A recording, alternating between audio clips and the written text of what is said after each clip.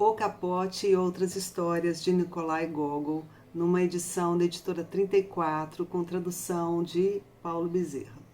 Esse livro apresenta 5 contos de Gogol e eu vou tratar aqui do primeiro conto, que é O Capote. Para a gente entender um pouquinho sobre esse conto, é preciso lembrar sobre a estrutura social da Rússia durante o Império, quando havia o czar e abaixo dele a aristocracia, que eram os proprietários de terras e dos servos, né? A Rússia nesse período ela vivia sob o regime da servidão e também havia os servos eram a classe mais baixa, né? Que eram os mujiques, nomeados mujiques ou almas, e também havia uma classe intermediária que era constituída pelo funcionalismo público. Então esse livro ele vai adentrar um pouco esse universo do funcionalismo público na Rússia imperial e vai tratar especificamente de como esses funcionários públicos, eles nessa hierarquia, porque no funcionalismo público da Rússia havia 14 graus, né, nessa escala, e o nosso personagem nesse livro, ele era um dos escalões mais baixos, então ele vivia uma vida de extrema pobreza, embora ele fosse um homem livre numa cidade, né, no meio urbano. Esse personagem, ele se chama Akaki Akakevich. Então, o livro ele vai trazer, vai mostrar um pouco sobre essa prática do funcionalismo público e algo que ressalta nessa prática, que é a burocracia. Uma burocracia que se serve, se presta a si mesma. Ela ocupa o tempo, ela ocupa o espaço, ela atormenta as pessoas e ela vai adentrar todos os meandres da vida social, econômica e política dos habitantes. E esse Akaki Akakevich, ele era um cidadão que era um funcionário público e trabalhava num departamento. E a história trata da vida, de um momento da vida desse Akaki Akakevich. Ele, como eu já disse, ele era um sujeito muito pobre, ele vivia uma vida miserável, ele alugava um quartinho onde ele dormia e ele todos os dias ele ia para o departamento onde ele trabalhava. O trabalho dele era copiar. Akaki Akakevich copiava. Veja, até o nome dele tem a ver com a questão da repetição, da cópia, né? Olha a sonoridade, a musicalidade do nome dele, Akaki Akakevich, alguém que copia, alguém que reproduz, ou seja, não é alguém que toma uma iniciativa, não é alguém que cria, mas é alguém que copia. Bom, ele era muito pobre. Então eu vou ler um trechinho aqui para vocês verem quais eram os pertences que ele tinha. Tudo que ele tinha na vida era um rolinho de penas de ganso, 5 cadernos de papel timbrado branco, 3 pares de meias, 2 ou 3 botões de calças e um velho roupão. Então era isso que o Akaki possuía, todos os pertences de toda a sua vida. Bom, na Rússia o inverno é tenebroso e as pessoas precisam se proteger desse frio e eles usam os capotes. O Akaki Akakevich, ele também tinha um capote, só que o capote dele estava muito surrado, rasgado, remendado, e ele era motivo de intrigas, de risos, de pilhérias dentro do serviço, porque o capote nessa história, ele vai representar o nível social que a pessoa ocupa. Então, como o capote dele era muito precário, muito velho, muito rasgado, isso colocava o Akaki Akakevich num lugar muito inferior. E o desejo dele era ascender socialmente, ele queria ocupar uma posição melhor. E ele via essa ascensão social representada na figura do capote. Então, o Akaki Akakevich que copiava passa a ter um sonho. O sonho dele é um novo capote. E aí, ele começa a pensar como que ele vai conseguir esse capote. Ele não tem recursos. E aí ele passa a economizar. E ele passa a economizar de uma forma absurda. Por exemplo, ele começa a andar na ponta dos pés para não gastar a sola do sapato. Ele passa a viver no escuro para não gastar as velas de sebo que ele tinha no seu quarto. E assim, economizando durante muito tempo, ele consegue, enfim, reunir um montante de dinheiro necessário para encomendar um capote novo no alfaiate. E ele realiza esse sonho, o capote é feito, e ele veste o capote, ele vai trabalhar, e aí o mundo de Akaki Akakevich se torna outro.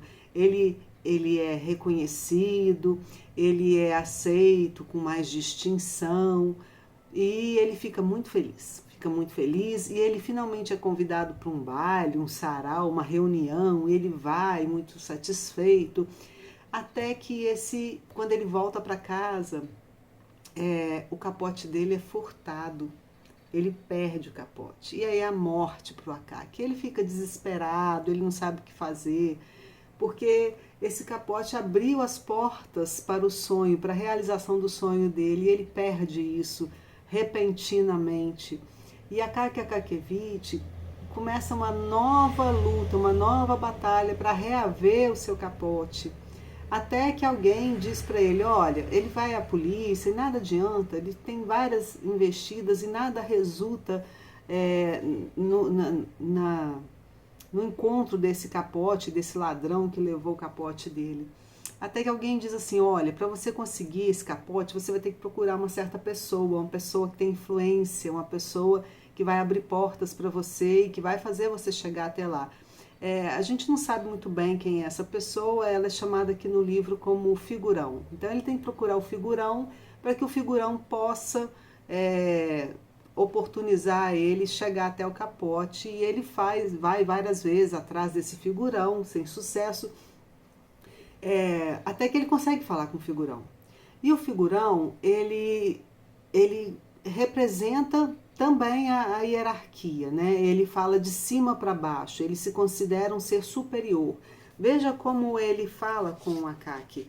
Ele diz assim para o Akaki, que petulância é essa? Será que o senhor sabe com quem está falando? Compreende diante de quem se encontra? Então, esse figurão, ele se entende como um ser superior. E ele acha uma grande ousadia do Akaki procurá-lo e se dirigir a ele. E o Akaki fica muito triste e sem saber o que fazer, porque a última esperança dele era que o figurão conseguisse abrir alguma porta para ele ter acesso ao capote dele de novo. E aí, gente, o Akaki fica tão triste que ele fica doente. Ele tem uma febre terrível, ele fica muito, muito mal e ele morre. O Akaki morre. Ele morre e depois que ele morre, a história não acaba. O Gogol, ele é muito engraçado, ele tem umas tiradas sensacionais, você vai lendo e ri muito, né, com a forma da escrita dele. Ele diz assim, a história não acaba, porque começa a aparecer um fantasma numa ponte. Um defunto começa a aparecer numa ponte, e esse defunto começa a arrancar o capote das pessoas. A pessoa passa ali distraída, vem um defunto e crau, toma o capote da pessoa. E aquilo se espalha, né? Todo mundo fica sabendo daquilo, e a notícia se espalha e tal. Até que um dia, o mesmo figurão que havia negado a ajuda ao Akaki, ele sai de casa rumo à casa da amante dele. E ele passa de charrete, né, na carroça, na calache, onde ele, através da qual ele se desloca, ele passa por essa ponte e de repente aparece diante dele alguém para arrancar o seu capote. E ele reconhece o Akaki Akakevich. E aí o Gogol fala assim, Akaki Akakevich se aproxima do figurão e pronuncia algumas palavras com seu hálito de defunto. Então ele está morto, ele arranca o casaco do figurão, toma esse casaco, esse capote, e o figurão, ele perde até o rumo da viagem dele, volta para a casa da esposa e ele muda, ele começa a baixar mais o tom com as pessoas. Aí o Gogol, no final do livro, do conto, ele vai dizendo, ele já não mais se dirige às pessoas dizendo, será que você sabe com quem você está falando? Ele já minimiza isso, diminui, né? Faz muito lembrar um livro da Marilena Chauí chamado Cultura e Democracia. No capítulo 1, chamado O Discurso Competente, ela estabelece uma crítica a essa fala que diz de cima para baixo.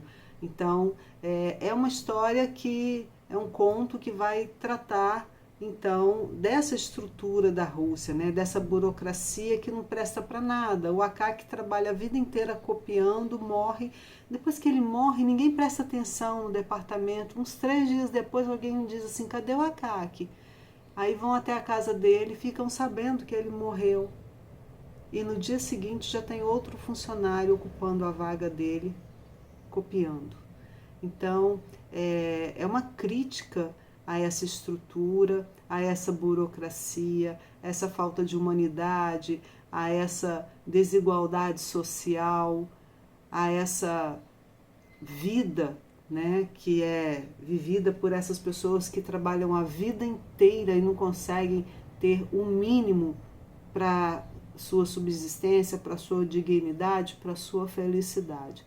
É um livro muito saboroso, né? São 5 contos, principalmente esse, o Capote, que me impressionou muito. Tem um outro conto aqui que é O Nariz, que também é interessantíssimo, que é a história de um sujeito que acorda um dia e descobre que o nariz dele se foi.